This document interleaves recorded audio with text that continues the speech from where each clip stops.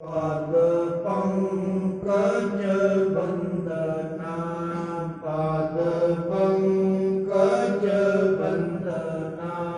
सिमरो अंगद दोख निकंदना, दोख निकंदना।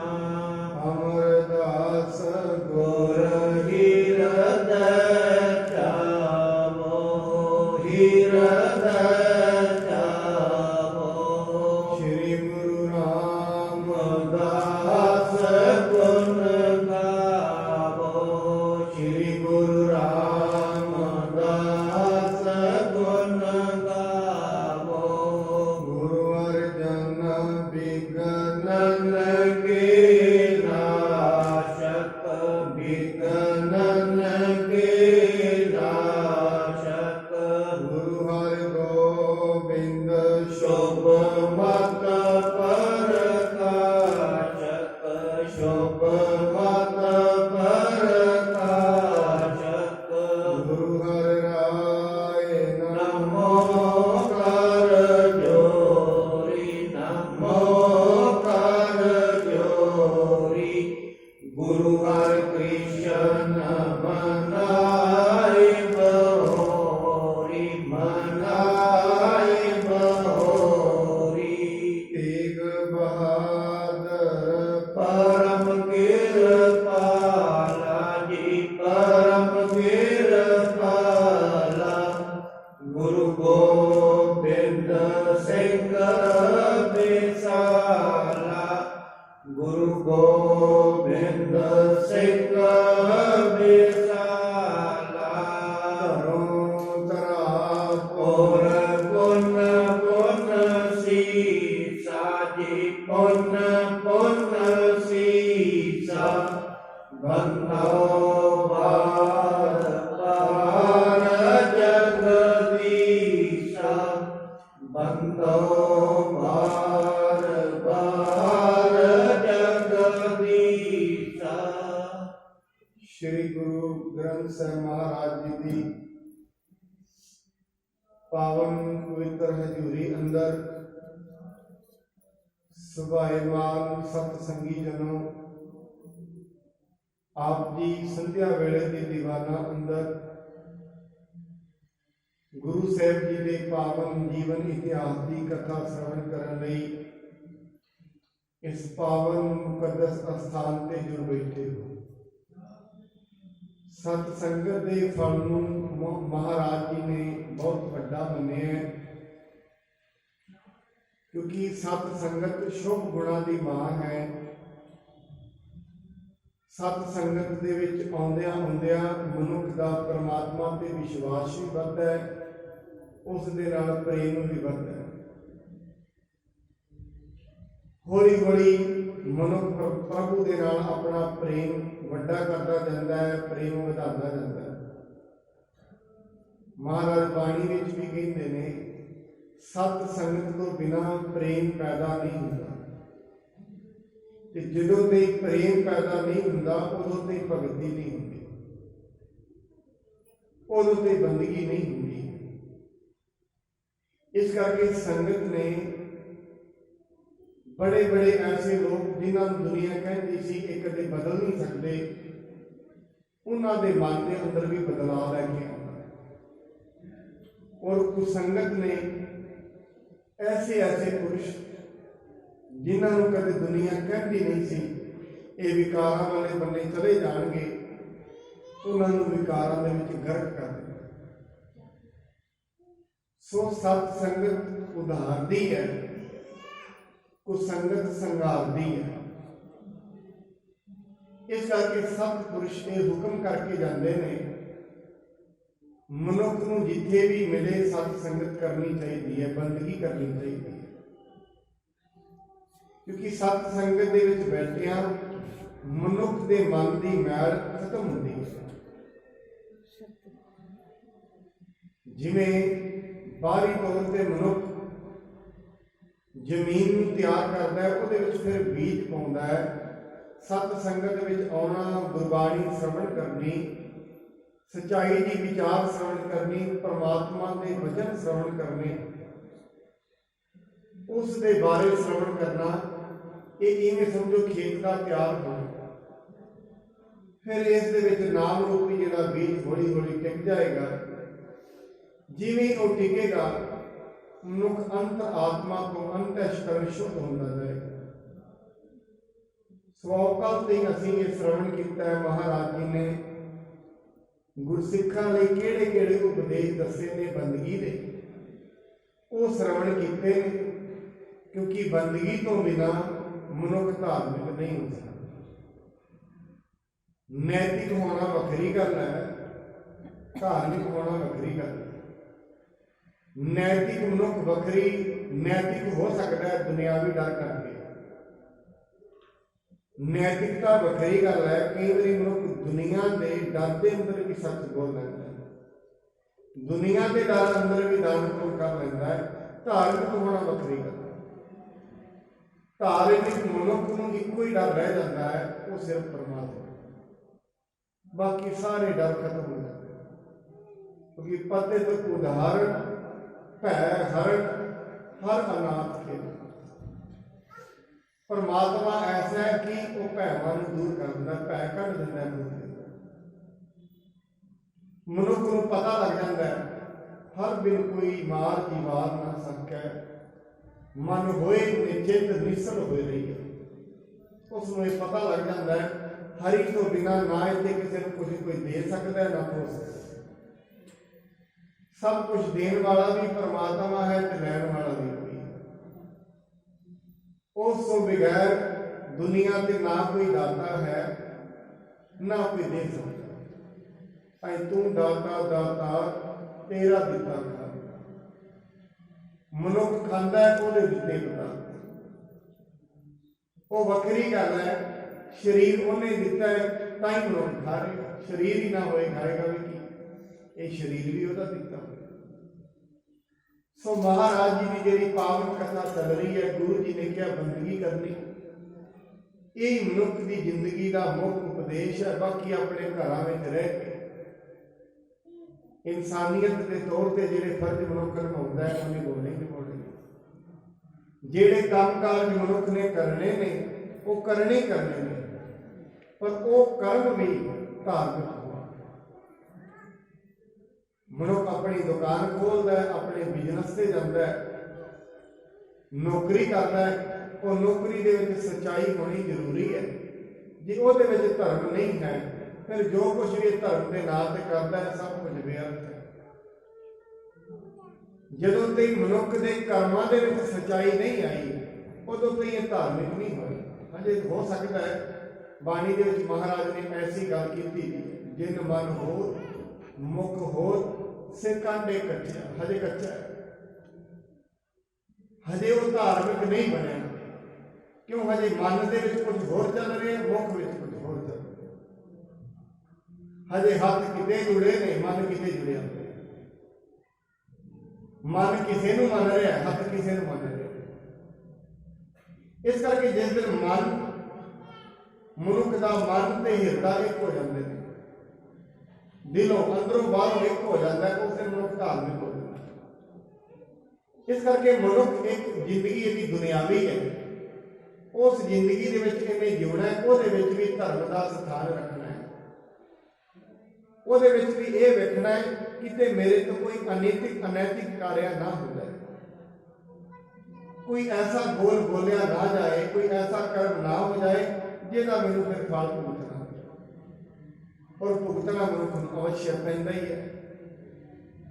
बड़ी बारी महाराज बाणी के कहते हैं, कई बार मनुख सोचता है मैनूं दौलत मिली है, किवें मिली है, अगे किवें मिली,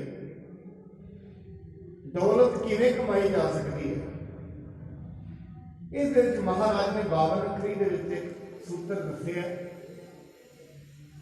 महाराज कहते मनुख असल दे विच परमेश्वर नूं ध्याउंदा है काहदे लई? माया मिल जाए, पर माया मिलती किवें?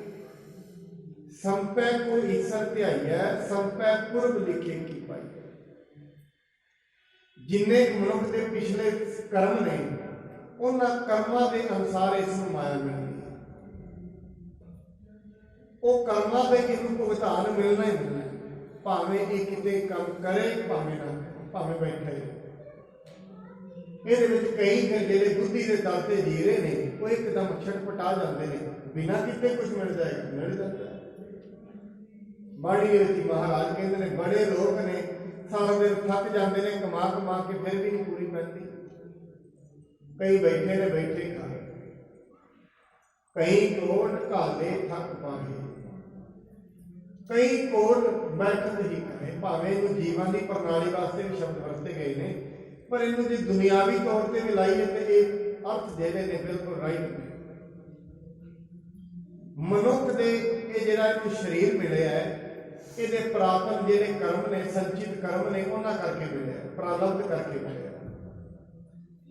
अज मनुख जो कर रहे हैं कि शरीर के विचों अपनी प्रारब्ध नूं भोग रहे हैं। ताई तेन ऐसे परिवार में जन्म मिल गया जिथे बहुत माया सी, किसी को ऐसे विच मिल गया जिथे कुछ भी नहीं सी। और जिमें जिमें इसकी प्रारब्ध है उस अनुसार ही चलता रहेगा। पर हुंदा की है, मनुख के कोल जो प्रारब्ध के अनुसार सुख होंदे ने, सुख आउंदियां ही मनुख की जिहड़ी बुद्धि विकृत हो जाती है, बिगड़ जाती है। ताई महाराज कहते ने, हे परमात्मा सुख ते तू मैनू बेशक दई, पर सुख दे विच एक चीज दई, तेरा नाम मैनू ना भुले। क्यों? जे सुखा में रब का नाम भुल गया दुख भी छेती होने वाले। क्योंकि सुख में रह के मुख ने कोई ना कोई गलत कर्म कर बैठने, कोई ना कोई धार्मिक कार्य कर बैठने ने, वो जिहड़े कर्म करेगा उसकी सजा फिर मिले, फिर उत्थे ही आ जाएगा।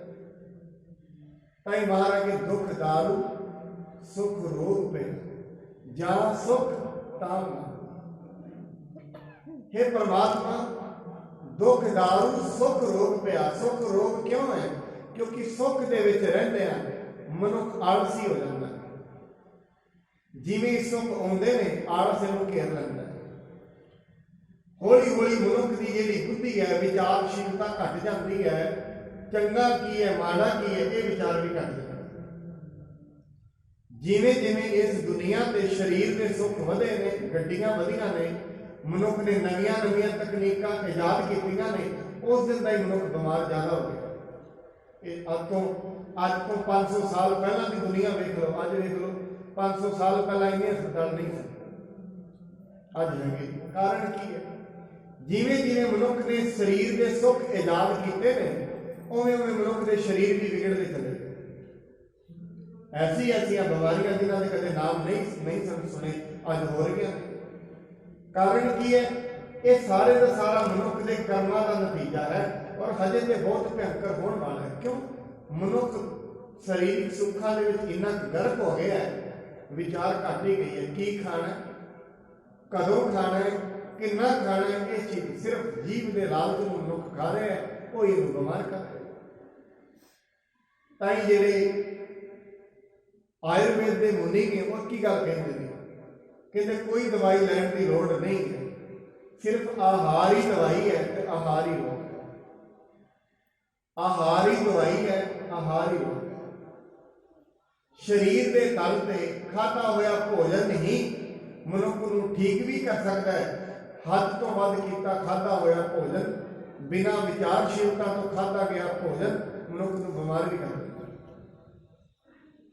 इस करके मनुख के विच हौली हौली जिमें जिमें परमात्मा तो दूर जाता रहा, विचारशीलता समझ घटती गई। जे समझ किसी को हैगी भी सी, वो समझ उसने सिर्फ अपने फायदे लिए वरती, अपने निजी फायदे लिए दुनिया को पागल बनाने। बस दुनिया को पागल बना ली, क्योंकि असल के दुनिया को पागल कौन बना सकता है? दुनिया को ठग कौन सकता है? जो समझदार होगा, सियाणा। इस करके दुनिया का सब तो ज्यादा नुकसान जिहड़े बुद्धि के तल पे सियाणे लोग सन उन्होंने किया, किसी जंगला जानवरों ने नहीं किया। चीते ने किसी एक मनुख को मारिया होएगा, दोवां नूं मार दिता होएगा। पहला शेर खा जाते सी, एक मनुख को खा जाते होणगे। एक कला हिटलर अपने तौर पर सियाणा मनुख, क्योंकि मनुख ने मनुखता का नुकसान ज्यादा किया। कले हिटलर ने 1 करोड़ यहूदियों को मार दिता, 1 करोड़। ਅਸੀਂ ਵੇਖ ਸਕਦੇ ਹਾਂ ਇੰਨੇ ਜੀਵ ਜਾਨਵਰਾਂ ਨੇ ਨਹੀਂ ਮਾਰੇ, ਮਨੁੱਖ ਇੰਨੇ ਜਾਨਵਰਾਂ ਨੇ ਨਹੀਂ ਮਾਰੇ ਜਿੰਨੇ ਮਨੁੱਖਾਂ ਨੇ ਮਨੁੱਖ ਮਾਰੇ ਨੇ। 1947 ਦੀ ਵੰਡ ਦੇ ਵਿੱਚ ਸਾਡੇ ਦੇਸ਼ ਦੀ ਗੱਲ ਹੈ, ਲੱਖਾਂ ਲੋਕ ਮਾਰੇ ਗਏ, ਇੱਧਰ ਉੱਧਰ ਮਨੁੱਖਾਂ ਨੇ ਮਨੁੱਖਾਂ ਨੂੰ ਮਾਰੇ। ਇਹਦਾ ਮਤਲਬ ਇਹ ਹੋ ਗਿਆ ਘੱਟੋ ਘੱਟ ਮਨੁੱਖ ਕੋਲ ਸਮਝ ਤੇ ਨਹੀਂ। ਜਿਵੇਂ ਜਿਵੇਂ ਮਨੁੱਖ ਧਰਮ ਤੋਂ ਦੂਰ ਜਾਂਦਾ ਜਾ ਰਿਹਾ ਹੈ, ਜਿਵੇਂ ਜਿਵੇਂ ਮਨੁੱਖ ਪਰਮਾਤਮਾ ਤੋਂ ਦੂਰ ਜਾਂਦਾ ਜਾ ਰਿਹਾ ਹੈ, ਇਹਦੇ ਕੋਲ ਸਮਝ ਖਤਮ ਹੁੰਦੀ ਜਾ ਰਹੀ ਹੈ। ਔਰ ਆਪਣੇ ਲਈ ਆਪਣਾ ਜਾਲ ਰੋਜ਼ ਬੁਣਦਾ ਹੈ, ਆਪਣੇ ਮਾੜੇ ਕਰਮਾਂ ਦਾ ਜਾਲ ਬੁਣਦਾ ਰਹਿੰਦਾ ਹੈ। ਉਹ ਜਾਲ ਦੇ ਵਿੱਚ ਇੱਕ ਦਿਨ ਫਸ ਜਾਂਦਾ ਹੈ। ਆਓ ਗੁਰੂ ਸਾਹਿਬ ਜੀ ਅੱਗੇ ਕੀ ਉਪਦੇਸ਼ ਦਿੰਦੇ ਹਨ, ਕਿਵੇਂ ਸਿੱਖਾਂ ਨੂੰ ਅਗਲਾ ਉਪਦੇਸ਼ ਦਿੰਦੇ ਨੇ, ਆਓ ਸ਼ਰਵਣ ਕਰੀਏ। ਆਰੰਭ ਕਰਨ ਤੋਂ ਪਹਿਲਾਂ ਗੁਰੂ ਜੀ ਵੱਲੋਂ ਬਖਸ਼ੇ ਹੋਏ ਗੁਰੂ ਮੰਤਰ ਨਾਲ ਸਾਂਝ ਪਾਈਏ। ਸਤਿਨਾਮ ਸ੍ਰੀ ਵਾਹਿਗੁਰੂ ਸਾਹਿਬ ਜੀ। ਸਤਿਨਾਮ ਸ੍ਰੀ ਵਾਹਿਗੁਰੂ ਸਾਹਿਬ ਜੀ। ਸ੍ਰੀ ਗੁਰਮੁਖ ਤੇ ਸੁਣ ਉਪਦੇਸ਼, ਤਰਤ ਭਏ ਜਨ ਭਾਗ ਵਿਸ਼ੇਸ਼। ਜਦੋਂ ਗੁਰੂ ਸਾਹਿਬ ਜੀ ਤੋਂ ਪਾਵਨ ਉਪਦੇਸ਼ ਸਿੱਖਾਂ ਨੇ ਸ਼੍ਰਵਣ ਕੀਤਾ, ਜਿਨ੍ਹਾਂ ਦੇ ਭਾਗ ਵੱਡੇ ਸਨ ਉਹਨਾਂ ਨੇ ਉਪਦੇਸ਼ ਨੂੰ ਆਪਣੇ ਅੰਦਰ ਟਿਕਾ ਲਿਆ, ਕਿਉਂਕਿ ਸਾਧ ਸੰਗਤ ਵੱਡਿਆਂ ਭਾਗਾਂ ਤੋਂ ਬਿਨਾਂ ਉਪਦੇਸ਼ ਟਿਕਦਾ ਨਹੀਂ ਹੈ। ਜਪਜੀ ਸਾਹਿਬ ਦੀ ਬਾਣੀ ਹੈ, ਗੁਰੂ ਦੇ ਬੋਲ ਨੇ, ਸੱਚੇ ਬੋਲ ਨੇ। ਇਹ ਕਿੱਦਾਂ ਅੰਦਰ ਟਿਕਦੇ ਰਹੇ, ਹਿਰਦੇ ਵਿੱਚ ਕਦੋਂ ਟਿਕਣਗੇ? ਜਦੋਂ ਭਾਗ ਵੱਡੇ ਹੋਣਗੇ, ਉਸ ਤੋਂ ਪਹਿਲਾਂ ਨਹੀਂ ਟਿਕਦੇ। 70 ਵੜੀ ਸੁਣੀ ਹੋਏਗੀ ਰਹਿਰਾਸ ਸਾਹਿਬ ਦੀ ਬਾਣੀ, ਅੱਜ ਤੇ ਇੱਕ ਪੰਕਤੀ ਵੀ ਨਹੀਂ ਟਿਕੀ। ਕਾਰਨ ਕੀ? ਹਜੇ ਉੱਡੇ ਵੱਡੇ ਭਾਗ ਨਹੀਂ। ਜਦੋਂ ਭਾਗ ਬਣਨਗੇ ਫਿਰ ਇੱਕ ਇੱਕ ਪੰਕਤੀ ਟਿਕਦੀ ਜਾਏਗੀ, ਭਾਗਾਂ ਤੋਂ ਬਿਨਾਂ ਨਹੀਂ। ਤਾਈ ਮਹਾਰਾਜ ਨੇ ਬਿਨ ਭਾਗਾਂ ਤੇ ਸਿਪਾਹੀ ਹੈ ਨਹੀਂ, ਜੇ ਬਹੁ ਤੇਰਾ ਤਾਂਗ ਹੈ। ਭਾਗ ਗੁਰੂ ਦੀ ਕਿਰਪਾ ਨਾਲ ਬਣਦੇ ਨੇ। ਜਦੋਂ ਜਦੋਂ ਮਨੁੱਖ ਸ਼ੁਭ ਕਰਮ ਕਰਦਾ ਹੈ, ਸ਼ੁਭ ਕੰਮ ਕਰੇਗਾ, ਭਾਗ ਬਣਨਗੇ। ਮਨ ਦੇ ਉੱਤੋਂ ਮੈਲ ਲੈਂਦੀ ਹੈ, ਜਿਵੇਂ ਜਿਵੇਂ ਮਨ ਦੇ ਉੱਤੋਂ ਮੈਲ ਲੈਂਦੀ ਹੈ, ਮਨ ਜਾਗਦਾ ਹੈ, ਮਨ ਨੂੰ ਸੋਝੀ ਪੈਂਦੀ ਹੈ, ਸਮਝ ਪੈਂਦੀ ਹੈ, ਸੱਚਾਈ ਤੇ ਝੂਠ ਦੇ ਵਿੱਚ ਨਿਸਤਾਰਾ ਕਰ ਲੈਂਦਾ ਹੈ। ਉਸ ਤੋਂ ਪਹਿਲਾਂ ਨਹੀਂ ਹੁੰਦਾ। ਇਸ ਕਰਕੇ ਜਿਨ੍ਹਾਂ ਦੇ ਭਾਗ ਵੱਡੇ ਨੇ ਉਹਨਾਂ ਦੇ ਮਨ ਦੇ ਅੰਦਰ ਸੱਚਾਈ ਦੇ ਜਿਹੜੇ ਉਪਦੇਸ਼ ਨੇ ਉਹ ਟਿਕ ਜਾਂਦੇ ਹਨ। ਸੰਗਤ ਕੇ ਮਨ ਚਾਮੀ ਕਰ ਹੈ, ਗੁਰ ਉਪਦੇਸ਼ ਰਤਨ ਸਮਸਰ ਹੈ। ਗੁਰੂ ਸਾਹਿਬ ਜੀ ਦੇ ਜਿਹੜੇ ਸੰਗਤ ਹੈ ਜਿਹੜੀ ਉਹ ਸੋਨੇ ਦੇ ਵਾਂਗ ਹੁੰਦੀ ਹੈ। ਜਿਹੜੇ ਗੁਰੂ ਦੇ ਉਪਦੇਸ਼ ਹਨ ਉਹ ਰਤਨ ਦੇ ਸਮਾਨ, ਹੀਰਿਆਂ ਦੇ ਸਮਾਨ ਹੁੰਦੇ ਹਨ। ਅਸ ਭੂਖਣ ਜੁਗ ਲੋਕ ਸੁਹਾਵਤ, ਜਹਾਂ ਕਹਾਂ ਆਦਰ ਕੋ ਪਾਵਤ। ਸੋ ਜਿਹੜੇ ਗੁਰੂ ਦੇ ਰਤਨ ਨੇ, ਗੁਰੂ ਦੇ ਉਪਦੇਸ਼ ਰੂਪੀ ਰਤਨ ਨੇ, ਜਿਹੜੇ ਮਨੁੱਖ ਆਪਣੇ ਹਿਰਦੇ ਵਿੱਚ ਧਾਰਨ ਕਰ ਲੈਂਦੇ ਨੇ, ਉਹਨਾਂ ਨੂੰ ਇੱਥੇ ਵੀ ਪੂਰੇ ਦੁਨੀਆ ਦੇ ਵਿੱਚ ਜਦੋਂ ਕੋਈ ਦੁਨੀਆ ਰਹਿੰਦੀ ਹੈ ਉਹਨਾਂ ਨੂੰ ਯਾਦ ਕੀਤਾ ਜਾਂਦਾ। ਸੱਚੇ ਮਾਰਗ ਚਾਹੁੰਦੇ ਉਸਤਤ ਕਰੇ ਜਾਓ। ਭਾਵੇਂ ਹੋ ਸਕਦਾ ਹੈ ਉਹਨਾਂ ਦੇ ਜਿਉਂਦਿਆਂ ਜੀ ਉਹਨਾਂ ਨੂੰ ਯਾਦ ਨਾ ਕੀਤਾ ਜਾਏ, ਜਦੋਂ ਉਹ ਦੁਨੀਆ ਤੋਂ ਜਾਣਗੇ ਦੁਨੀਆ ਉਹਨਾਂ ਦੀ ਯਾਦਾਂ ਮਨਾਉਂਦੀ ਹੈ। ਕਿਹਨਾਂ ਦੀ? ਜਿਨ੍ਹਾਂ ਨੇ ਮਤ ਵਿੱਚ ਰਤਨ ਜਵਾਹਰ ਮਾਣਿਕ, ਜੇ ਇੱਕ ਗੁਰ ਕੀ ਸਿੱਖ ਸੁਣੀ। ਜਿਨ੍ਹਾਂ ਨੇ ਗੁਰੂ ਦੇ ਉਪਦੇਸ਼ਾਂ ਨੂੰ, ਸੱਚਾਈ ਦੇ ਉਪਦੇਸ਼ਾਂ ਨੂੰ ਆਪਣੇ ਮਨ ਵਿੱਚ ਧਾਰਨ ਕੀਤਾ, ਉਹ ਧੁਰ ਦੀ ਬਾਣੀ ਆਪਣੇ ਮਨ ਦੇ ਵਿੱਚ ਧਾਰਨ ਕੀਤੀ ਹੈ, ਮਨ ਨਿਰਮਲ ਹੋ ਗਿਆ, ਮਨਾਂ ਦੇ ਵਿੱਚ ਵਿਗਾਸ ਆ ਗਿਆ। ਨਾਨਕ ਭਗਤਾ ਸਦਾ ਵਿਗਾਸ, ਸੁਣਿਆ ਦੂਖ ਪਾਪ ਕਾ ਨਾਸ। ਐਸੇ ਉਪਦੇਸ਼ ਜਿਨ੍ਹਾਂ ਨੂੰ ਸੁਣਨ ਮਾਤਰ ਦੇ ਨਾਲ ਮਨ ਦੇ ਅੰਦਰੋਂ ਡਰ ਖਤਮ ਹੋ ਜਾਂਦਾ, ਦੁੱਖ ਕਲੇਸ਼ ਮੁੱਕ ਜਾਂਦੇ ਨੇ, ਕ੍ਰੋਧ ਮੁੱਕ ਜਾਂਦਾ ਹੈ, ਲੋਭ ਮੁੱਕ ਜਾਂਦਾ ਹੈ। ਸਮਝ ਲੱਗ ਜਾਂਦੀ ਹੈ ਮੇਰੀਆਂ ਜ਼ਰੂਰਤਾਂ ਕੀ ਨੇ, ਮੇਰੀ ਜ਼ਿੰਦਗੀ ਦਾ ਪ੍ਰਯੋਜਨ ਕੀ ਹੈ, ਕਾਹਦੇ ਵਾਸਤੇ ਜੀਵਨ ਮਿਲਿਆ। ਔਰ ਐਸੇ ਮਨੁੱਖ ਜਿੱਥੇ ਜਿੱਥੇ ਵੀ ਜਾਂਦੇ ਨੇ ਆਦਰ ਪ੍ਰਾਪਤ ਕਰਦੇ ਨੇ। ਕਿਹੜੇ? ਜਿਹੜੇ ਗੁਰੂ ਦੇ ਉਪਦੇਸ਼ਾਂ ਨੂੰ ਧਾਰਨ ਕਰਦੇ ਹਨ। ਸੀਖਨ ਕੇ ਔਰ ਸਰ ਸੰਸਰ ਹੈ, ਗੁਰ ਉਪਦੇਸ਼ ਬਿਮਲ ਜਲ ਭਰ ਹੈ। ਜਿਹੜੇ ਸਿੱਖਾਂ ਦੇ ਹਿਰਦੇ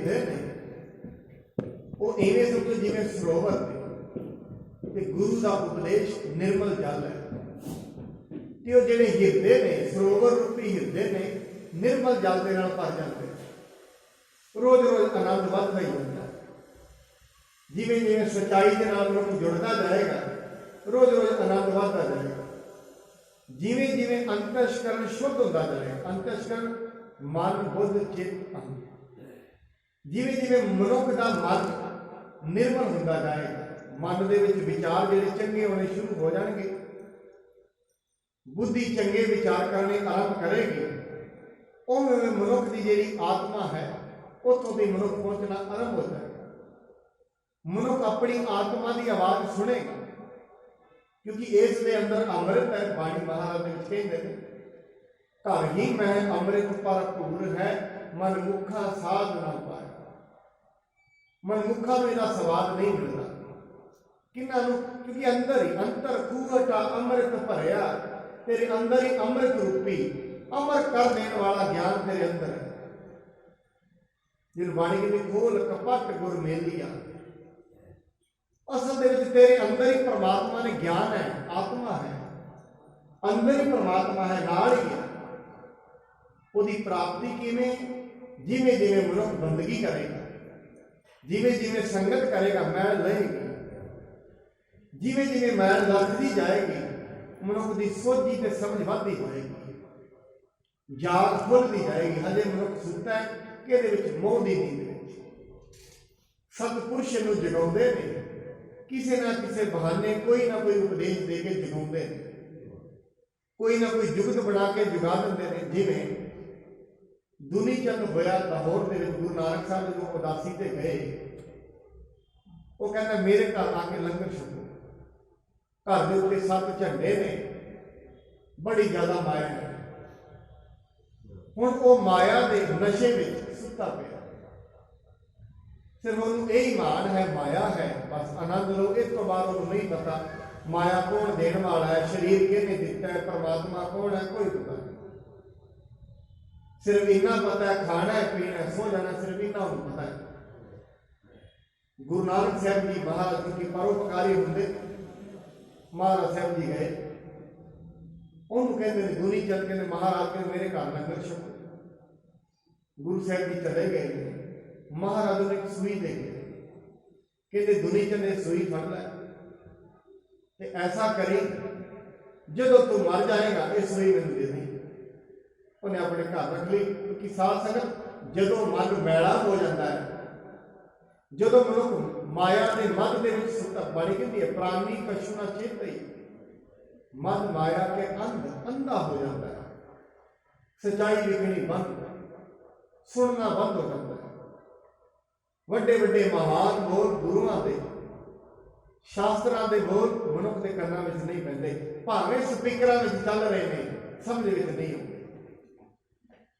ਇਹ ਬੋਲ ਮੈਂ ਫਿਰ ਗੱਲ ਕਰਦੇ ਹਾਂ ਸਾਧ ਸੰਗਤ, ਇਹ ਉਹਨਾਂ ਦੀ ਸਮਝ ਵਿੱਚ ਆਉਂਦੇ ਨੇ ਜਿਨ੍ਹਾਂ ਦੇ ਮਨ ਨਿਰਮਲ ਹੋ ਗਏ। ਹਰੇਕ ਕਿਸੇ ਦੀ ਸਮਝ ਵਿੱਚ ਬੋਲ ਨਹੀਂ ਆਉਂਦੇ। ਮਨੁੱਖ ਅਣਗੋਲਿਆ ਕਰ ਦਿੰਦਾ ਹੈ, ਜਿਵੇਂ ਇੱਕ ਬੱਚਾ ਆਪਣੇ ਪਿਤਾ ਦੀ ਗੱਲ ਨੂੰ ਅਣਗੋਲਿਆ ਕਰ ਲੈਂਦਾ। ਕਿਉਂ? ਨਾ ਸਮਝੀ ਹੈ। ਜਦੋਂ ਤੇ ਪਤਾ ਲੱਗਦਾ ਹੈ ਮੇਰੇ ਪਿਤਾ ਜਿਹੜੀਆਂ ਗੱਲਾਂ ਮੈਨੂੰ ਕਹਿੰਦੇ ਹੁੰਦੇ ਸੀ ਉਹ ਠੀਕ ਸਨ, ਇਹਨੇ ਸਮਾਂ ਲੰਘ ਜਾਂਦਾ। ਜੇ ਪਹਿਲੇ ਸਮਿਆਂ ਦੇ ਵਿੱਚ ਆਮ ਕਰਕੇ ਮਾਂ-ਬਾਪ ਬੱਚਿਆਂ ਨੂੰ ਕਿਹਾ ਕਰਦੇ ਸਨ ਬੇਟਾ ਪੜ੍ਹ ਲਵੋ, ਪੜ੍ਹਾਈ ਕੰਮ ਆਏਗੀ। ਬੱਚੇ ਸ਼ੁਰੂ ਤੋਂ ਅਣਗੋਲਿਆ ਕਰਦੇ ਰਹਿੰਦੇ ਨੇ ਮਾਂ-ਬਾਪ ਦੀਆਂ ਗੱਲਾਂ ਨੂੰ। ਜਦੋਂ ਕਿਤੇ ਸਮਾਂ ਆਉਂਦਾ 30-35 ਸਾਲਾਂ ਦੇ ਹੁੰਦੇ ਨੇ, ਪਤਾ ਲੱਗਦਾ ਹੈ ਪੜ੍ਹ ਲੈਂਦੇ ਤੇ ਠੀਕ ਸੀ, ਉਦੋਂ ਪਹਿਲਾਂ ਅਣਗੋਲਿਆ ਕਰਦੇ ਨੇ, ਇਗਨੋਰ ਕਰਦੇ ਨੇ।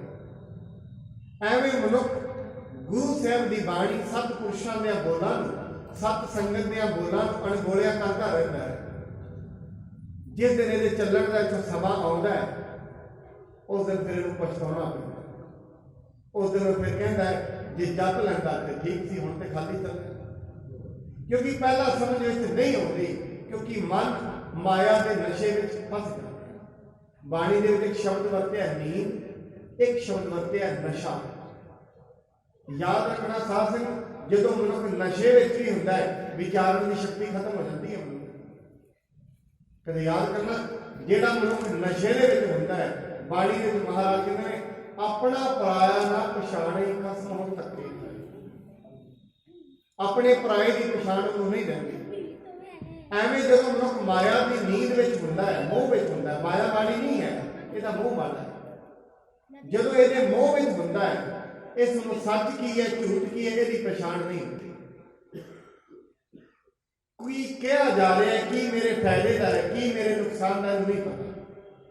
ਗੁਰੂ ਨਾਨਕ ਸਾਹਿਬ ਜੀ ਮਹਾਰਾਜ ਜੁੱਤੀ ਬਣਾ ਲਈ, ਕਹਿੰਦੇ ਇਹ ਦੇ ਦੇ ਭਾਈ, ਆਪਣੀ ਘਰ ਦੀ ਨੂੰ ਕਹਿੰਦੇ ਇਹਨੂੰ ਸਾਂਭ ਕੇ ਰੱਖਦੇ, ਜਦੋਂ ਮੈਂ ਮਰਾਂਗਾ ਇਹ ਗੁਰੂ ਨਾਨਕ ਸਾਹਿਬ ਜੀ ਨੂੰ ਬਣਾਉਣੀ ਹੈ। ਘਰ ਦੀ ਉਹਨੂੰ ਕਹਿੰਦੀ ਹੈ ਸਵਾਮੀ ਜਿੱਦਣ ਮਨੁੱਖ ਮਰ ਜਾਂਦਾ ਹੈ ਉਸ ਦੇ ਨਾਲ ਕੁਝ ਨਹੀਂ ਜਾਂਦਾ ਕਿ ਮੇਰੇ ਨਾਲ ਸੂਈ ਵੀ ਨਹੀਂ ਜਾਏਗੀ ਤੇ ਸੂਈ ਵੀ ਨਹੀਂ ਜਾਣੀ।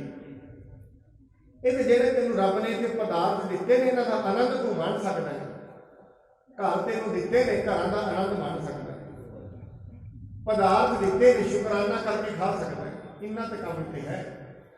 ਇੱਥੇ ਜੋ ਕੁਝ ਹੈ ਇੱਥੋਂ ਦਾ ਹੀ ਹੈ। ਇੱਥੋਂ ਜੇ ਮਨੁੱਖ ਲਿਜਾਣ ਲੱਗ ਜਾਂਦਾ ਹੈ ਖਾਲੀ ਹੋ ਜਾਣੀ ਸੀ ਧਰਤੀ। ਲੱਖਾਂ ਸਾਲਾਂ ਤੋਂ ਚੱਲਦੀ ਹੈ, ਸਾਡੇ ਵਾਸਤੇ ਕੁਝ ਬਚਣਾ ਹੀ ਨਹੀਂ। ਜੇ ਲੱਖਾਂ ਸਾਲਾਂ ਤੋਂ ਮਨੁੱਖ ਲਿਜਾਂਦੇ ਹੁੰਦੇ ਸਾਡੇ ਤੇ ਕੁਝ ਨਹੀਂ ਸੀ ਬਚਣਾ। ਹੁਣ ਉਹਦੇ ਪਾਣੀ ਵੀ ਖਾਲੀ ਹੋਇਆ ਹੋਣਾ, ਲੈ ਜਾਣਾ ਸੀ ਟੈਂਕਰ ਭਰ ਭਰ ਕੇ। ਰੱਬ ਨੇ ਇਹ ਸਭ ਤੋਂ ਵੱਡੀ ਪ੍ਰਕਿਰਤੀ ਬਣਾਈ ਹੈ, ਇੱਥੋਂ ਖੜਨ ਕਿਸੇ ਨੂੰ ਕੁਝ ਨਹੀਂ ਦਿੰਦਾ। ਬਸ ਇੰਨਾ ਹੈ, ਸਰਾਹ ਬਣਾਈ ਹੈ, ਇਸ ਵਿੱਚ ਧਰਤੀ ਥਾਪ ਰੱਖੀ ਧਰਮਸ਼ਾਲ। ਆਓ ਬੰਦਗੀ ਕਰੋ, ਨਾਮ ਜਪੋ, ਆਪਣੇ ਕੰਮ ਵਿਹਾਰ ਕਰੋ, ਰਾਤ ਠੀਕੋ ਤੇ ਸਵੇਰੇ ਚਲੇ ਜਾਓ।